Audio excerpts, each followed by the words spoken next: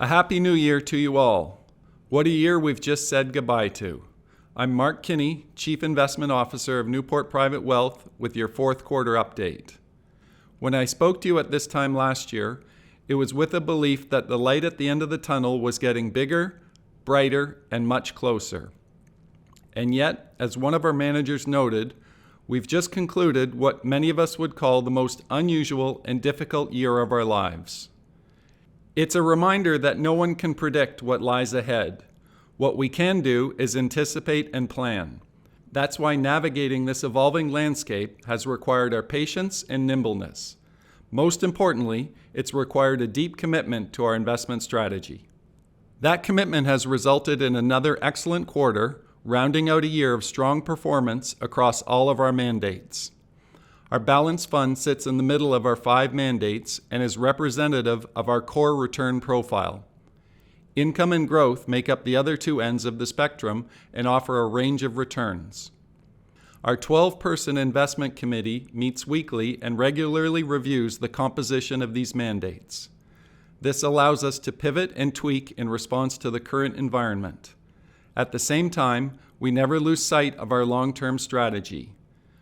We look ahead to the next 5 years, not the next 5 months, to ensure your capital is both protected and generating returns. In total, we made $700 million of new investments during 2021. We put capital to work in the right ways and with the right diversification. It's also a reflection of our consistent effort to evaluate and act upon opportunities as they arise. Today, I'll review how our strategic approach led to our healthy results, highlight investments we've made recently, including a deeper dive into how we select our specialist managers and how we have positioned our mandates for the year ahead. I'll discuss the anticipated changes to fiscal and monetary policy, which uniquely impact each of our asset classes and signal what we're paying attention to. In 2021, the bond market started and ended the year much as it had in 2020. As the yield curve flattened, Bank of Canada yields for 10-year bonds finished the fourth quarter at 1.43%. This was up from 0.75% at the start of the year, resulting in a negative rate of return. Holding long-term bonds continues to be less attractive, so remaining underweight overall and in short-term bonds is central to our strategy. Our fixed income managers protected capital with a focus on shorter duration and took advantage of credit opportunities, resulting in positive performance versus negative index returns. With only 7% in investment-grade bonds on average, we sought out and earned better returns from other sources of yield. Those other yield sources are comprised of a portfolio with a diversified mix of mortgages, income-producing real estate, and private debt. They offer higher yields, reduce volatility, and a hedge against inflation. Our diversified approach to yield worked in 2021 as our yield fund returned 12.57% versus 2.32% for its benchmark. Our income-producing real estate holdings performed well in the quarter and the year overall. Income and capital appreciation are shored up by predictable and recurring leases. Rents can reset higher upon renewal of an existing lease or releasing vacant space. In an environment where higher inflation is linked to stronger economic growth, rents benefit from and thus hedge future inflation. We made some investments in this attractive asset class recently. We allocated $11.4 million to RFA Capital for a portfolio of seniors residential communities in Saint-Jérôme, Quebec. We also allocated more capital to our U.S. multifamily real estate manager for a portfolio of multifamily residential properties in the U.S. Sunbelt. In the public equity markets, wild swings and eye-popping valuations were the norm. With the equity market in rotation from growth to value and back again, investors were left trying to make sense of the market and grab the brass ring at the right time. This equity market rotation played into our disciplined approach. That's where the rigor of our excellent managers had an opportunity to shine. Their focus on selecting high-quality companies has the best potential to ride out volatility and uncertainty. They have never chased momentum stocks or employed a buy-at-any-price style. The performance of our North American Equity Fund was a testament to that. With a return of 27.43%, it outpaced its benchmark of major Canadian and U.S. equity indices. Focusing on strong cash flow generation, return on capital, and well-managed quality companies will produce good returns on our capital over time.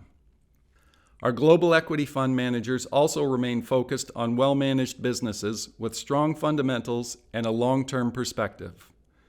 Key to this approach is buying at the right valuation without paying for future growth. Our managers have held and will continue to hold high-growth companies, but at the right price. And they won't buy speculative equities for short-term gain. Like us, they believe that quality always wins. It's similar to thinking like a smart home buyer. You don't want to own the most expensive house on the street.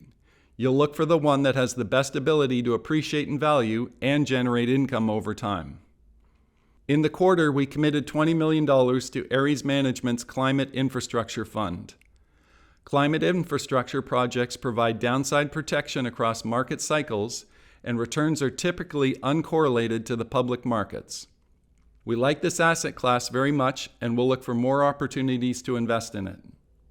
After extensive analysis and due diligence, we changed one of our equity specialists, appointing Sands Capital to manage emerging markets in our global equity fund. The $70 million allocated to this asset class will be redeployed throughout the first quarter of 2022. We're often asked how we choose our specialist managers. Let me take you through the process we went through in selecting Sands Capital to illustrate our approach.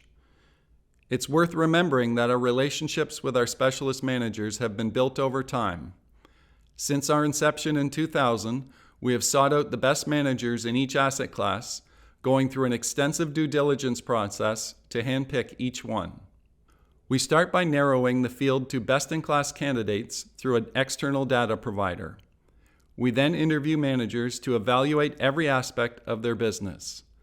Lastly, we simulate returns with our existing managers to determine the optimal mix and fit.